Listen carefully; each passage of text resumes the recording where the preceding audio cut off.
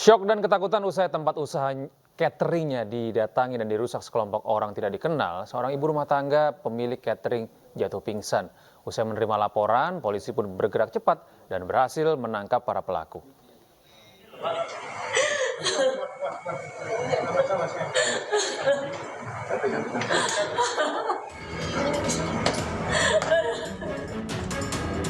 Ini adalah Aryani, ibu rumah tangga berusia 51 tahun yang jatuh pingsan usai melaporkan aksi premanisme yang menimpanya ke Mapolsek Sukolilo, Surabaya. Pemilik catering di perumahan Serenity, Kecamatan Sukolilo, Surabaya, Jawa Timur ini melapor ke polisi usai tempat usahanya didatangi dan dirusak sekitar 10 orang tak dikenal. Selain merusak, pelaku juga memakan tumpeng milik pelanggan yang siap dikirim dan melarang pegawai catering mengirimkan makanan pesanan ke pelanggan. Mereka di sini tuh makan tumpeng-tumpeng kita itu, makan makanan kita di sini dimakan semua, dan ada juga yang dihancurkan juga. Terus setelah itu mereka juga larang juga? Yang larang untuk kita berhenti untuk pengiriman. Polisi pun bergerak cepat usai menerima laporan korban dan beberapa pelaku berhasil ditangkap serta diamankan. Dari hasil pemeriksaan sementara, peristiwa pengerusakan tersebut dipicu permasalahan hutang piutang. Berdasar kejadian di warung makan Ayam Berkah itu ada seorang ibu umurnya 51 tahun, shock karena tiba-tiba didatangi oleh banyak orang ke tempat usahanya, sehingga berdasar kami bawa ke Polsek, di Polsek sempat lemas, pingsan karena shock, psikisnya tidak kuat. Sehingga tadi kami suruh bawa ke rumah sakit untuk diberikan pertolongan. Untuk mengetahui penyebab pasti kejadian, para pelaku yang sebelumnya diamankan di Mapolsek Sukolilo dibawa ke Mapolrestabes Surabaya untuk pemeriksaan lebih lanjut. Dari Surabaya, Yudi Prawira, iNews melaporkan. Pemirsa, aksi heroik dilakukan dua remaja di Rejang Lebong, Bengkulu. Keduanya saling kejar dengan pelaku begal sepeda motor hingga akhirnya pelaku ditangkap polisi.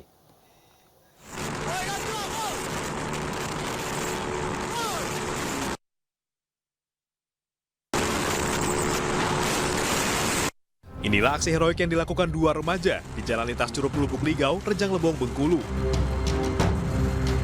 Dengan mengendarai motor, dua remaja ini mengejar pelaku begal yang kabur dengan motor korbannya. Salah satu remaja pun akhirnya melempar helm dan mengenai kepala pelaku hingga terjatuh dari motor. Polisi pun segera meringkus pelaku dan membawanya ke kantor polisi. Dari hasil pemeriksaan, pelaku merupakan residivis dan baru bebas dari penjara. Kawannya tuh nendang aku dari belakang tuh, saya kejadur kan, terus pelaku itu cak mau keluar pisau gitu. Aku pun terasa terancam gitu kan, jadi lari ke belakang. Melempar itu kena bagian mana nih, pas sampai jatuh? Kepalanya. Langsung jatuh. Iya. Pakai helm. Melempar kemarin. Berarti polisi nyampe itu ini pelakunya lah jatuh. Iya. Untuk hasil pemeriksaan sementara bahwa pelaku ini memang residivis, pernah melakukan tindak pidana begal juga pada waktu itu tahun 2002 seorang guru. Dan setelah kami lakukan pemeriksaan lebih lanjut, tersangka ini sementara yang kami periksa sudah 10 TKP, baik di wilayah PUT, SBU atau SBI.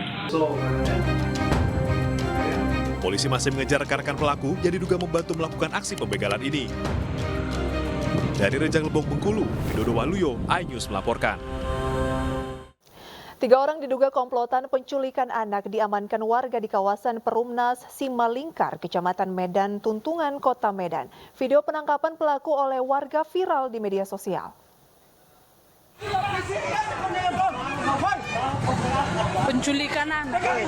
Ini dia orangnya, ini orangnya. Ini orangnya. Inilah video viral suasana di Jalan Jahe Perumnas Simalingkar, Kecamatan Medan Tuntungan, Kota Medan yang dihebohkan dengan adanya 3 orang yang diduga merupakan komplotan penculikan anak di wilayah tersebut. Warga sekitar yang mengetahui adanya kasus penculikan anak nampak memenuhi lokasi di depan Pasar Simalingkar. Sementara ketiga pelaku penculikan yang terdiri dari 2 perempuan dan 1 pria langsung diamankan warga di lokasi. Iya, bawa kantor polisi aja. Dalam narasi video yang beredar, seorang anak bayi diduga menjadi target penculikan komplotan tersebut saat sedang bermain ayunan. Warga yang kesal sontak mengeluarkan kata-kata makian, sembari menggiring ketiganya untuk dibawa ke Mapolsek Medan Tuntungan. Tim Liputan iNews melaporkan. Ini dia orangnya, ini orangnya. Ini orangnya.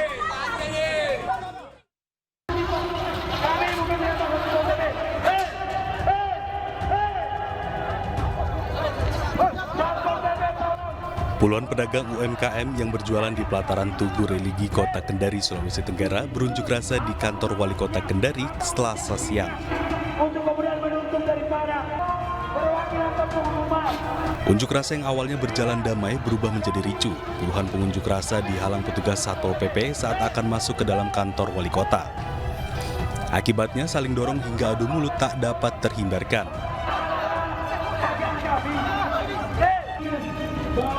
Karena kesal tak bisa masuk ke kantor Wali Kota untuk bertemu dengan PJ Wali Kota Muhammad Yusuf, para pengunjuk rasa kemudian membakar ban bekas sebagai rasa kesal. Puluhan pelaku UMKM ini menuntut kepada pemerintah Kota Kendari agar segera menyambung kembali aliran listrik pedagang yang telah diputus pada Senin kemarin.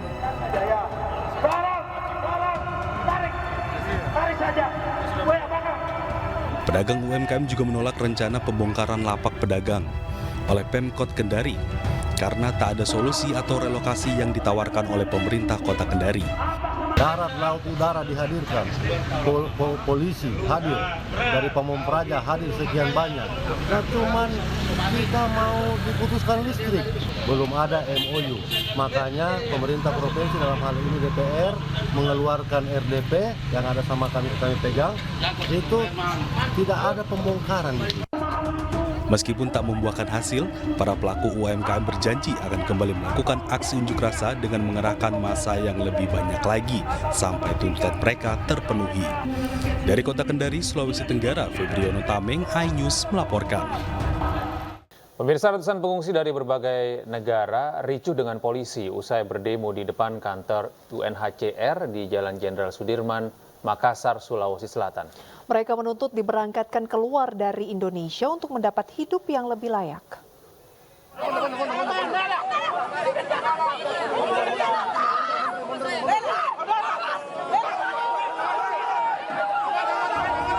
Kericuhan pecah di tengah demonstrasi ratusan pengungsi dari berbagai negara di depan kantor UNHCR, Jalan Jenderal Sudirman, Makassar, Sulawesi Selatan, Selasa malam.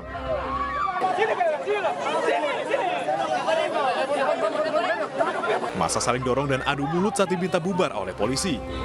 Mereka menolak untuk dipulangkan menggunakan mobil Satpol PP Makassar. Salah satu pengungsi bahkan pingsan usai terlibat kericuhan. Para pengungsi asal Myanmar, Afghanistan, dan Suriah ini meminta diberangkatkan menuju ke Australia, Amerika, dan Eropa. Setelah belasan tahun tinggal, para pengungsi ini ingin keluar dari Indonesia agar mendapatkan hidup yang lebih layak. Mereka mau dikembalikan ke negara ketiga, tapi dari pihak UNHCR sudah mengusahakan, sudah berupaya koordinasi dengan negara-negara yang siap menerima. Kita menghimbau untuk segera pulang, tapi sepertinya mereka mau melawan petugas. Sudah stop kita tadi. Dari tadi siang kita sudah himbau. Stop sekali. Ini sudah berapa hari Pak aksinya Pak? Aksinya dari kemarin. Sudah dari kemarin ya, 2 hari ya? Kemarin, ya. Para pengungsi berencana akan kembali menggelar demo sampai permintaan mereka dipenuhi. Dari Makassar, Sulawesi Selatan, Syahrul Andiaksa, iNews melaporkan. Pemirsa, seorang pria di Majalengka, Jawa Barat tega membakar mobil dan rumah mantan istrinya gara-gara cekcok rumah tangga. Korban bahkan sempat diancam akan disiram air keras karena menolak bertemu.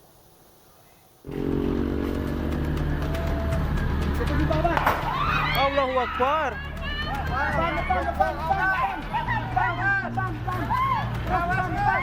Warga panik dan berusaha memadamkan api yang membakar sebuah mobil di halaman minimarket di Kecamatan Rajagaluh, Majalengka, Jawa Barat. Mobil milik seorang wanita bernama Yeni Susilawati ini ternyata dibakar oleh mantan suaminya Asikin alias Bonang. Aksi pembakaran mobil ini pun terekam kamera pengawas. Korban sempat memergoki pelaku dan mengejarnya.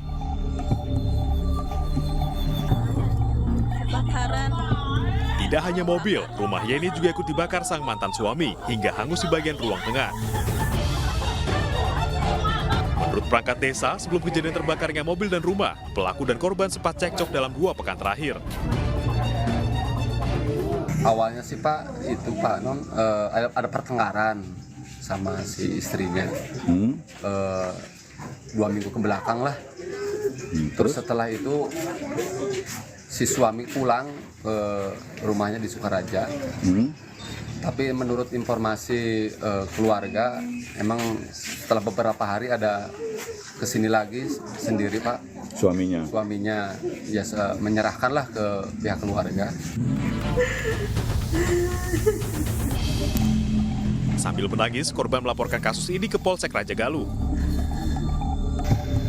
Korban mengaku selama ini ia sering dipaksa untuk bertemu, hingga diteror dan diancam disiram air keras oleh pelaku. Awal-awalnya sih dia neror, katanya di mana, saya kan mau ngapain. Dia katanya saya pengen ketemu sebentar aja, kan saya udah diancam. Udah diancam mau dibanjur, katanya muka lu sama air keras. Kan saya takut ya, nggak mau, kata saya, udah nggak mau, ntar aja. Pihak Polsek Raja Galuh dan Polres Majalengka masih mengejar pelaku yang melarikan diri setelah melakukan aksinya. Dari Majalengka, Jawa Barat, Muhammad Zaini, iNews melaporkan. Pemirsa, untuk mengetahui peristiwa selengkapnya terkait kasus ini telah tersambung bersama kami Ibu Yeni Susilawati yang merupakan korban pembakaran rumah dan juga mobil. Ya, Assalamualaikum, selamat siang Ibu Yeni. Waalaikumsalam. Ya, Ibu Yeni, kami berdua turut prihatin apa yang terjadi dalam kehidupan Ibu saat ini dan semoga saja ini bisa segera berakhir. Tapi kami ada beberapa pertanyaan sebelumnya Ibu. Bu, bagaimana sebenarnya latar belakang sehingga Ibu ini bisa berpisah gitu dengan suami Ibu dan menyebabkan suami ini akhirnya menaruh dendam dan melakukan aksi nekat, melakukan pembakaran rumah bahkan mobil, bahkan mengancam untuk melakukan kekerasan kepada Ibu? Awalnya sih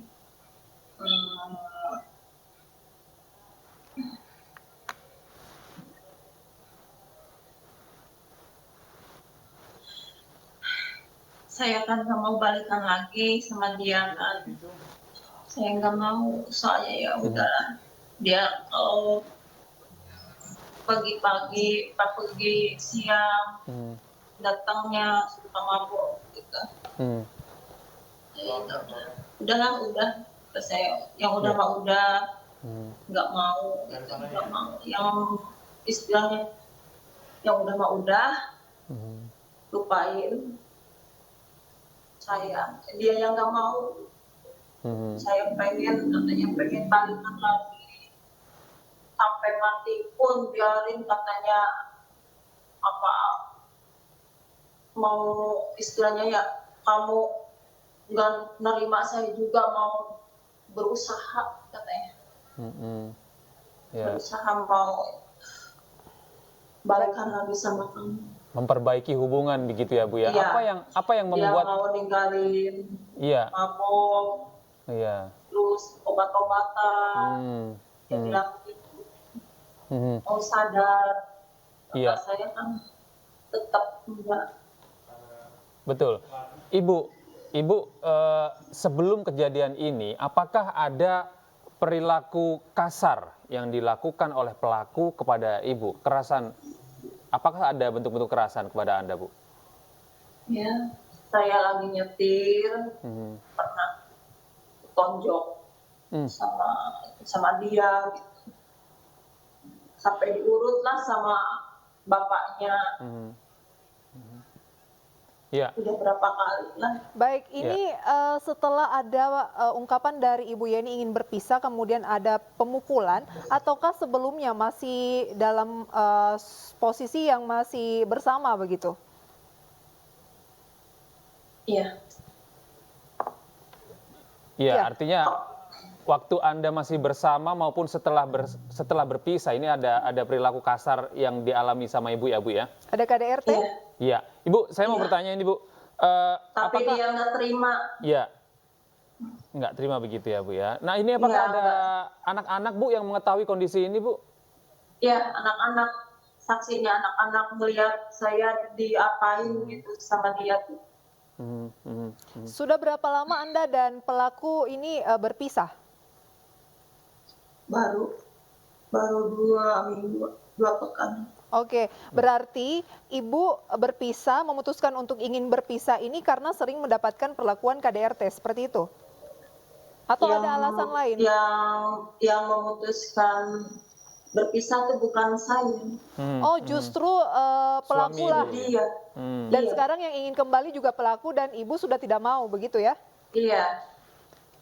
Bu, apakah kekerasan yang Anda alami ini diketahui juga oleh orang tua Ibu, orang tua pelaku, lingkungan yang ada di sekitar Anda, dan apa upaya-upaya mereka untuk menghentikan kekerasan yang Anda alami? Ya, tahu, keluarga tahu. Ya, upayanya ya udah, mendingan udahan aja lah. Baik. Rumah yang dibakar, kemudian mobil yang dibakar ini adalah milik bersama atau murni adalah milik Ibu Yeni? Murni, itu milik saya. Ya, Ibu, ketika ada pembakaran ini, bisa Anda ceritakan apakah sebelumnya pelaku sempat masuk ke rumah Ibu, melakukan pengancaman, kemudian melakukan pembakaran, atau Ibu benar-benar tidak tahu dan pelaku tiba-tiba melakukan pembakaran rumah dan mobil, Bu? Sebelum kejadian pembakaran itu, saya ada nerima via SMS ya. Dia bilang, kita ketemu di Epom, asal jangan bawa polisi. Terus katanya 30 menit kalau kamu nggak datang, tunggu akibatnya. Baik, ada pengancaman begitu ya Ibu Yeni. Ibu Yeni, kemudian apa kira-kira menurut Ibu Yeni yang membuat pelaku ingin kembali bersama dengan Ibu Yeni dan mungkin keluarga, kembali rujuk? Mungkin dia udah terbiasa makan, rokok, segala macam, nggak mikirin apa-apa kan dari aku. Pelaku ini sebelumnya profesinya sebagai apa, Bu? Dia bilang sih suka borong baja ringan, apa jual beli motor, aku gitu. Oh, serabutan ya. Baik, Ibu, apakah pelaku sudah ditangkap polisi? Buat hari ini belum. Belum ya? Belum ya, Bu ya? Belum. Baik, artinya hingga saat ini pelaku masih bebas setelah upaya melakukan pembakaran terhadap rumah dan kendaraan Anda, begitu ya, Bu ya? Iya. Oke, pelaku masih dalam pengejaran saat ini, Bu. Kami berdua ingin tahu hikmah apa yang bisa Anda bagi bersama kami dan pemirsa yang ada di rumah yang melihat Anda berpasangan dengan orang yang melakukan kekerasan kepada Anda dan akhirnya nekat gitu melakukan tindakan yang saya rasa ini sangat di luar kendali, Bu. Saya minta keadilan. Keadilan ya? Iya. Dan semoga ini tidak terjadi untuk pemirsa begitu ya. Baik Ibu, terima kasih. Semoga pelaku segera ditangkap dan diadili seadil-adilnya ya. Terima kasih Ibu. Ditetapkan Ketua RT dan sejumlah warga Babakan Setu, Tangerang Selatan, Banten sebagai tersangka dalam kasus pembubaran mahasiswa yang sedang melaksanakan ibadah. Para pelaku terancam hukuman maksimal 10 tahun penjara.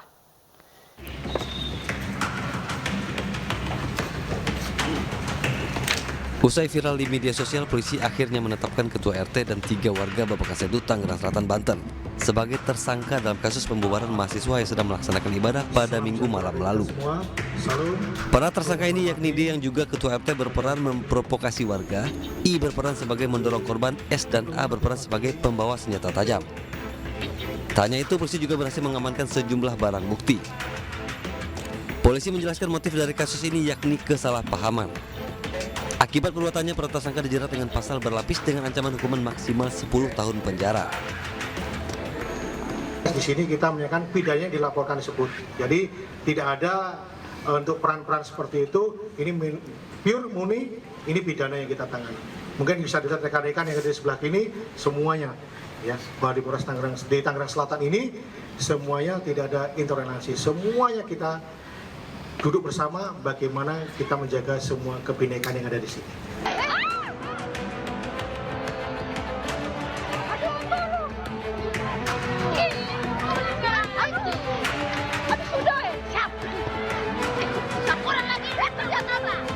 Sebelumnya viral di media sosial, sejumlah warga menggeruduk dan mengeroyok sejumlah mahasiswa yang sedang melakukan ibadah di sebuah indekos di kawasan Setu, Tangerang Selatan, Banten pada Minggu malam.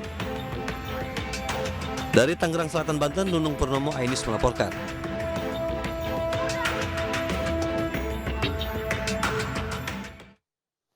Terima kasih Anda masih bersama kami di iNews Siang. Pemirsa, parkir liar kembali menjadi sorotan. Viral di media sosial, lahan pribadi di Jalan Belimbing Raya, Kelurahan Perwira, Kecamatan Bekasi Utara, dijadikan tempat parkir ilegal. Bahkan juru parkir kerap membuat onar dan marah jika ditegur pemilik rumah.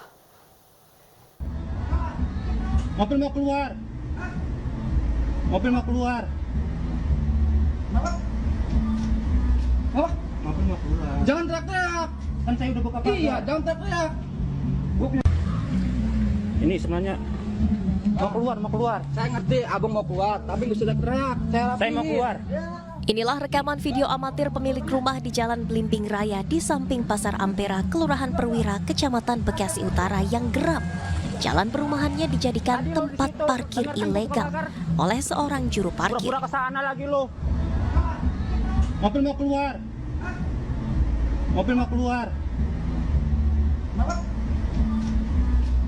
Mobil mau keluar. Bahkan juru parkir tersebut kerap membuat onar dan merusak. Dan kerap kali tidak mengakomodir jika sang pemilik rumah membunyikan klakson karena ingin melintas. Saya mau keluar. Diketahui jalan perumahan yang dijadikan lahan parkir ilegal ini merupakan tanah pribadi sang pemilik rumah. Tim Liputan iNews melaporkan. Tadi lo di situ, dengarkan gue buka pagar. Dinas Perhubungan Jakarta tegaskan bahwa parkir di minimarket semestinya tidak dipungut biaya alias gratis. Ya, dan untuk membahasnya sudah bergabung bersama kami Kepala Dinas Perhubungan Jakarta, ada Pak Syafrin Liputo. Selamat siang Pak Syafrin, apa kabar? Pak Syafrin. Selamat siang Mas Gede. Iya, Pak Syafrin. Yap. Ini di berbagai daerah, ada di Bekasi, ada di Surabaya, dan di Jakarta masih banyak kita temui masyarakat yang pada akhirnya enggan ke minimarket justru karena juru parkir liar ini yang memaksa untuk meminta uang parkir. Begitu. Tanggapan Anda seperti apa Pak Syafril? Karena ini kan sudah ada aturannya sebenarnya bahwa parkir liar itu dilarang. Ya baik, jadi sebagaimana kita ketahui bahwa keberadaan minimarket untuk di Jakarta, kami sudah lakukan koordinasi dengan provider dalam hal ini pemiliknya, di mana disebutkan bahwa seluruh minimarket itu fasilitas umumnya berupa parkir itu merupakan fasilitas yang disiapkan untuk pelanggan dan sifatnya adalah gratis. Kecuali tentu minimarket yang berada di salah satu kawasan tertentu seperti ruko yang satu kesatuan ruko, kemudian parkirnya memang menjadi satu kesatuan, di sana sudah ada pengelola parkir yang benarnya. Nah, untuk yang berdiri sendiri, kemudian ini dimanfaatkan oleh oknum-oknum tertentu untuk melakukan pungutan. Mengatur seolah-olah dan melakukan pungutan. Yang lebih meresahkan adalah adanya pungutan dengan memaksa jumlah tertentu. Ini tentu yang sangat meresahkan. Sebelumnya kami bersama-sama Satpol PP sudah sering melakukan pembinaan terhadap keberadaan juru parkir liar ini, tetapi kemudian sekarang semakin masif kembali, dan oleh sebab itu tentu harus diberikan efek jera kepada para juru parkir liar ini. Demikian Mas Gede.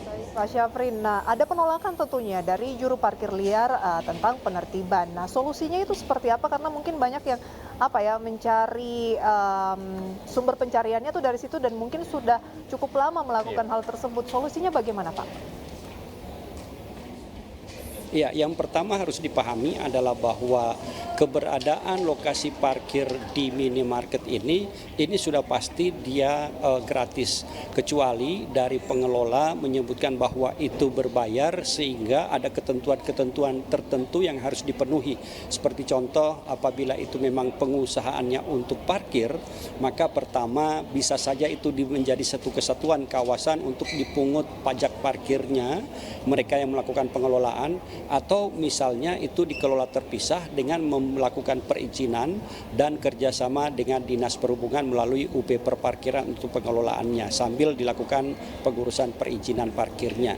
Namun dari pengelola sudah menyebutkan bahwa itu memang fasilitas untuk pelanggan yang akan menuju ke sana. Banyak kami juga menerima laporan bahwa ada masyarakat yang ke lokasi minimarket tertentu, kemudian begitu melihat barang yang akan dibutuhkan tidak tersedia, mereka kembali tetapi kemudian dipungut biaya parkir. Ini yang tentu meresahkan, dan oleh sebab itu kami akan melakukan penertiban. Memang terkait dengan keberadaan juru parkir sebelumnya kami bina. Jadi datangi, kemudian disampaikan tidak ada parkir di sini. Rekan-rekan UP Parkir juga sudah melakukan himbauan kepada pemilik untuk dipasang rambu-rambu dan bahkan spanduk di lokasi tersebut parkir gratis. Tetapi kemudian oknum-oknum ini kembali lagi masuk, dan tentu ini yang akan kita lakukan karena terkait dengan keberadaan juru parkir liar ini domain kepada orang yang melakukan tindakan yang menyebabkan keresahan masyarakat, maka tentu penegakan hukumnya harus juga dilakukan secara terkoordinasi. Kami sudah melakukan koordinasi dengan rekan-rekan dari Satpol PP dan juga akan dilakukan tindakan untuk masuk ke dalam tindak pidana ringan nantinya. Ya, Pak Syafrin, kita kan seringkali menghadapi situasi di mana para parkir liar ini kan melakukan aksi-aksi premanisme begitu ya, pengancaman kepada pelanggan atau konsumen gitu kan. Kemudian konflik juga terjadi antara pelaku parkir liar ini dengan pemilik supermarket gitu ya. Ketika ada konflik-konflik seperti ini, kemana kita harus mengadu sebagai konsumen maupun pemilik usaha, Pak? Ya, baik, tentu kami berharap masyarakat yang mengalami kondisi situasi yang tidak nyaman di lokasi-lokasi tersebut dapat juga melaporkan kepada pemerintah Provinsi DKI Jakarta melalui kanal Zaki atau CRM, yang tentu berdasarkan laporan ini, titik di mana dilaporkan itu menjadi prioritas kami untuk dilakukan penindakan. Dan kami berharap tentunya para oknum-oknum yang mungkin saja di backup oleh oknum tertentu, kita harapkan ini mereka bisa ada efek jera, karena nantinya kami akan turun secara terpadu dari Dinas Perhubungan. Di sana ada tim Lintas Jaya bersama-sama dengan kepolisian dan TNI, juga nanti akan ada Satpol PP dan juga rekan-rekan dari pengadilan dan kejaksaan, sehingga di tempat kita bisa melakukan sidang di tempat dengan pola tindak pidana ringannya. Demikian, Mas Gede. Pak Syafrin, apakah upaya-upaya seperti ini mampu begitu Pak membuat efek jera kepada para pelaku parkir liar ini? Karena kan memang mereka juga mengaku bagian dari lingkungan situ, kemudian mereka melakukan kegiatan itu karena terbatas pekerjaan begitu. Apakah ada upaya-upaya yang lebih efektif untuk mengkaryakan tenaga mereka itu ke dalam bentuk-bentuk pekerjaan yang lain, ataukah ada semacam kerjasama ataupun pelatihan-pelatihan pekerjaan, Mbak, supaya teman-teman yang melakukan parkir liar ini tenaganya dapat disalurkan dengan baik dan lebih produktif begitu, Pak? Ya, baik. Jadi pemerintah Provinsi DKI Jakarta, tadi saya sudah sebutkan, kami melakukan pembinaan awal melalui UP Perparkiran dengan mengunjungi lokasi-lokasi yang sekiranya menimbulkan keresahan masyarakat dan memberikan himbauan untuk di sana parkirnya tidak dipungut biaya dan gratis. Tapi kemudian pola ini ternyata belum memberikan efek jera. Nah, sekarang tindakannya adalah secara terpadu tim akan turun dan kemudian memberikan sanksi dengan pengenaan tindak pidana ringan nantinya di tempat. Dan kemudian kami juga dari pemerintah Provinsi DKI Jakarta sudah melakukan pembinaan dengan membuka diklat-diklat atau untuk mengkaryakan mereka melalui Dinas Tenaga Kerja di wilayah-wilayah 5 wilayah itu sering dilakukan kursus singkat agar mereka memiliki keterampilan dan kemampuan yang mumpuni untuk kemudian bisa diusahakan. Demikian Mbak Fasa. Baik Pak Syafrin, berarti ada kerjasama dengan Dinas Tenaga Kerja begitu ya, dan ini kita apresiasi artinya para pelanggan sekarang sudah lebih bisa berhak begitu ya menolak ketika ada oknum-oknum yang menerapkan parkir liar. Dan perlindungannya juga jelas. Terima kasih Pak Syafrin, semoga upaya yang dilakukan oleh pemerintah dan swasta ini dapat berjalan tentu saja untuk menciptakan sebuah kondisi di mana ada win-win solution di antara pelaku parkir liar, konsumen maupun pemilik usaha. Betul sekali Pak Syafrin, terima kasih. Selamat bertugas kembali. Informasi lainnya pemirsa, di mana sejumlah daerah telah mengeluarkan aturan untuk menertibkan juru parkir liar. Iya, di Jakarta pemirsa juru parkir resmi ada di sejumlah titik, bahkan telah terpasang alat yang memantau lamanya kendaraan terparkir.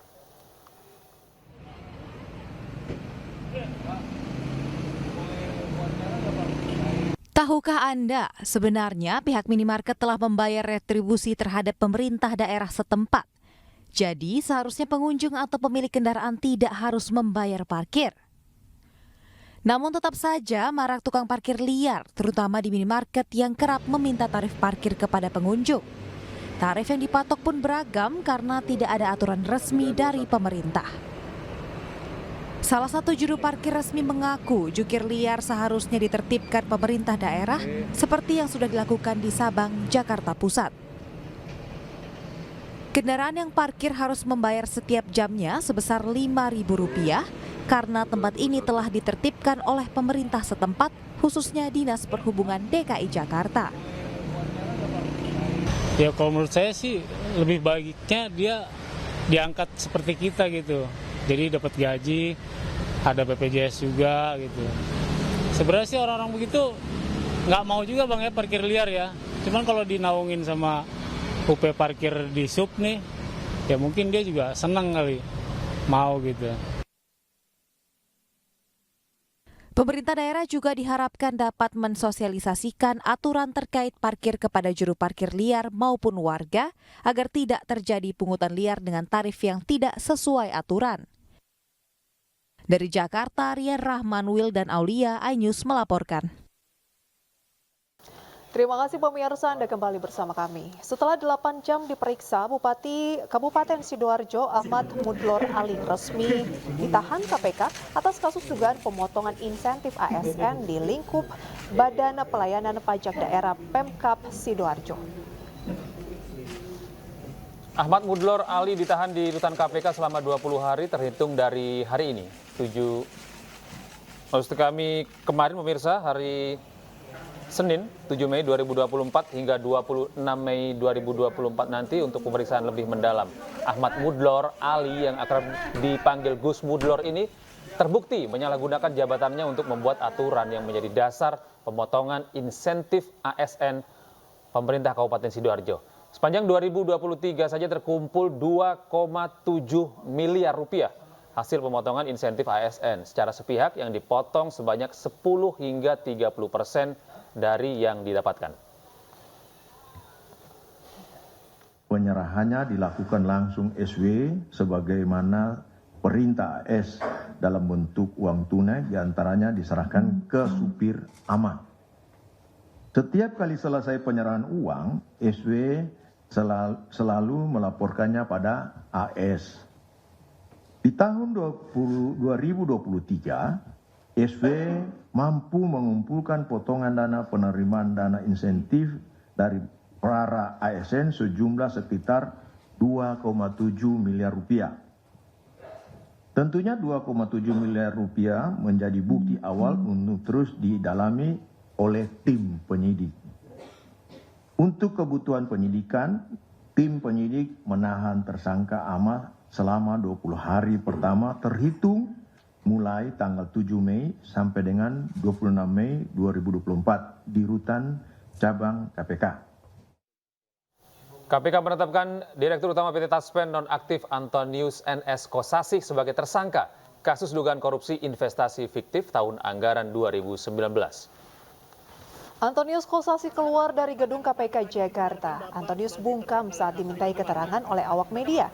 Antonius dan Ekawan Heri Primarianto, Dirut PT Insight Investment Management, telah dicegat untuk bepergian ke luar negeri. Kerugian negara dalam perkara ini diperkirakan mencapai ratusan miliar rupiah. Pak, kata mantan istri Bapak cuci uang, Pak. Bener, Pak? Bapak ini kan diadukan oleh istri, Pak. Sementara itu kasus korupsi mantan Menteri Pertanian Syahrul Yassin Limpo menjadi sorotan. Ya, sebab selain menggunakan uang negara untuk kepentingan keluarga, SYL juga menggunakan uang korupsi untuk sawer biduan yang diperkirakan mencapai 100 juta rupiah. Sidang lanjutan kasus dugaan korupsi mantan Menteri Pertanian Syahrul Yassin Limpo kembali digelar di Pengadilan Negeri Jakarta. Sidang beragendakan pemeriksaan saksi. Dalam sidang terungkap ada sejumlah uang yang dikeluarkan untuk kepentingan Syahrul Yassin Limpo di luar kepentingan Kementerian Pertanian. Salah satunya terkait pembelian lukisan dari seniman Sujiwo Tejo sebesar 200 juta rupiah. Selain itu, saksi juga mengungkap adanya pembayaran tagihan kartu kredit Syahrul Yassin Limpo sebesar 215 juta rupiah.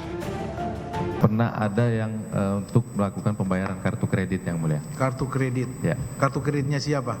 Kartu kredit Pak Menteri. Pak Menteri. Ya. Ini yang menyerahkan kartu kredit atau suruh bayar ke saudara kartu kredit siapa? Waktu itu perintahnya melalui Kepala Biro saya, Yang Mulia, Pak Musafak. Pak Musafak? Ya, mengirimkan nomor kartu dan meminta untuk mengirim apa? Melalui WA? Kalau tidak salah WA, Yang Mulia. WA ke saudara, ya. Ini ada nomor rekeningnya. Ya. Kan nomor rekening itu nomor kartu yang maaf, kartu kredit itu biasanya kan ada nama. Ya. Namanya siapa di situ tertulis? Namanya Pak Syahrul, ya. Pak Syahrul Yassin Limpo, iya kan? Saudara cek atau sudah tahu kartu kredit yang akan dibayar berapa banyak, berapa? Itu menyebutkan nominalnya kalau tidak salah 211, Yang Mulia. Oke, setelah menerima itu saudara serahkan ke siapa? Saudara konsultasi dengan siapa? Saya melaporkan ke Kepala Biro, katanya arahan dari Bapak Sekjen, Yang Mulia. Dalam persidangan, saksi juga mengungkap adanya aliran dana untuk membayar seorang biduan sebesar 100 juta rupiah. Selain itu, saksi juga ungkap pembayaran mobil Toyota Innova untuk anak perempuan SYL Indira Cunda Tita Syahrul sebesar 500 juta rupiah. SYL juga menggunakan uang korupsi untuk sunatan dan ulang tahun cucunya. Tak hanya itu, SYL juga memberikan uang bulanan untuk istrinya yang mencapai 30 juta rupiah per bulan dari uang korupsi dan biaya lainnya yang tak seharusnya dilakukan karena di luar kepentingan kementerian. Dalam perkara ini, ex-mentan Syahrul Yassin Limpo didakwa menerima 44,5 miliar rupiah dari hasil memeras pejabat Kementerian Pertanian. Tim Liputan iNews melaporkan. Kita beralih ke informasi haji pemirsa, di mana jelang pelaksanaan ibadah haji 1445 Hijriah, Menteri Agama Yakut Khalil Qomas ini melakukan kunjungan kerja ke Arab Saudi untuk mengecek kesiapan layanan bagi jemaah haji Indonesia di Tanah Suci.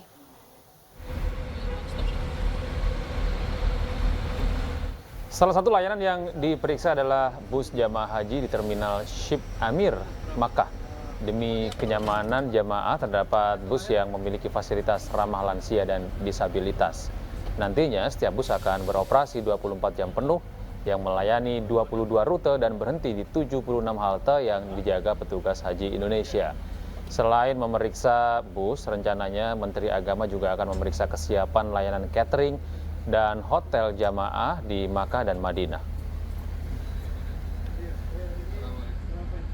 Sekarang kita lihat kesiapan beberapa bis yang disiapkan untuk jamaah, baik untuk bis sholawat maupun bis antar kota dari Mekah ke Jeddah.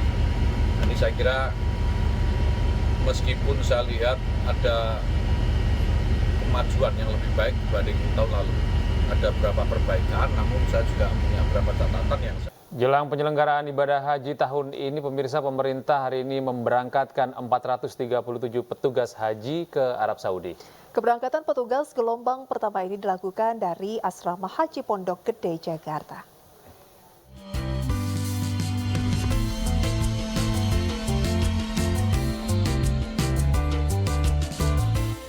Apel pagi petugas penyelenggara ibadah haji atau PPIH Arab Saudi di embarkasi Asrama Haji Pondok Gede Jakarta menandai dimulainya tugas pelayanan jemaah haji Indonesia. Dengan slogan Haji Ramah Lansia, nantinya petugas haji akan memberikan 13 jenis layanan kepada jemaah, mulai dari petugas pendamping lansia dan disabilitas hingga perlindungan jemaah haji.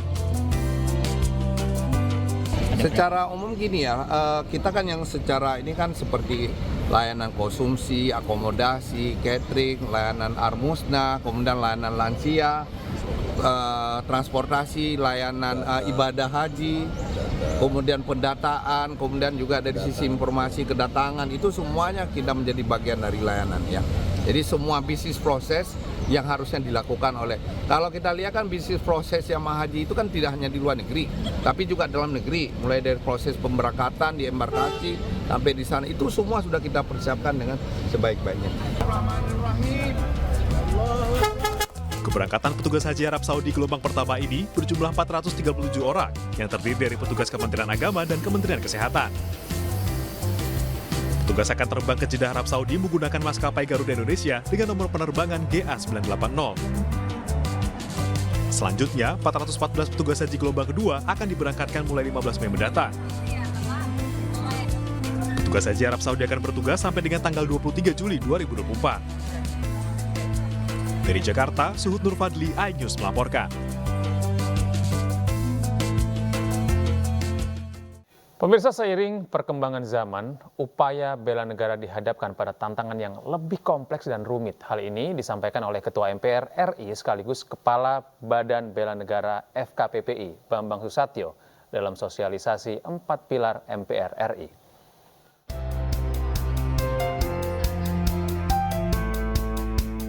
Sosialisasi 4 pilar MPR RI bersama keluarga besar Forum Komunikasi Putra-Putri Purnawirawan Indonesia FKPPI digelar di Gedung Nusantara 4 MPR Jakarta.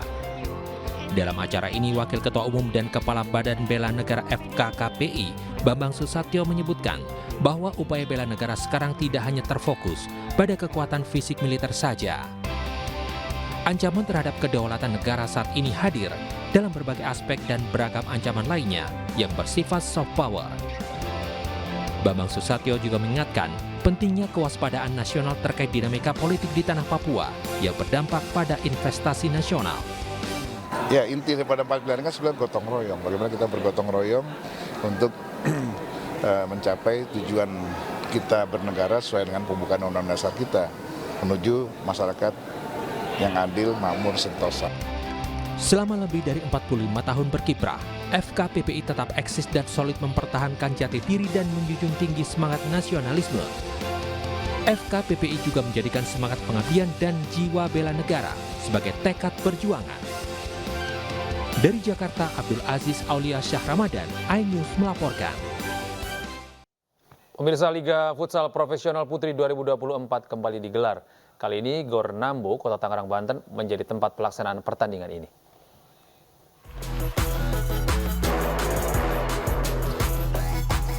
Liga Futsal Profesional Putri 2024 kembali digelar.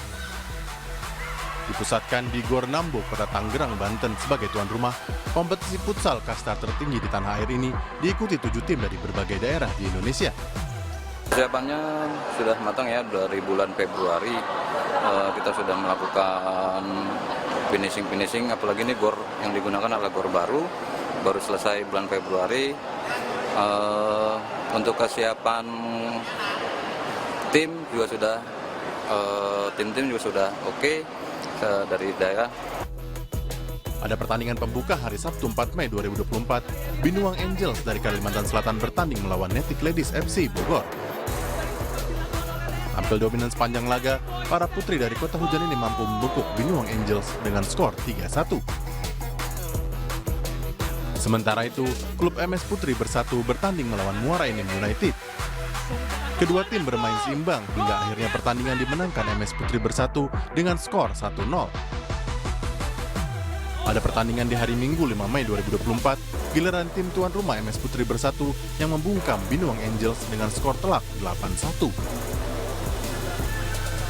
Sementara di pertandingan berikutnya mempertemukan sesama klub asal Sumatera Selatan, Alif FC melawan Muara Enim United yang berakhir sama kuat dengan skor 0-0. Dari Kota Tangerang, Banten, Sukron Ainus melaporkan.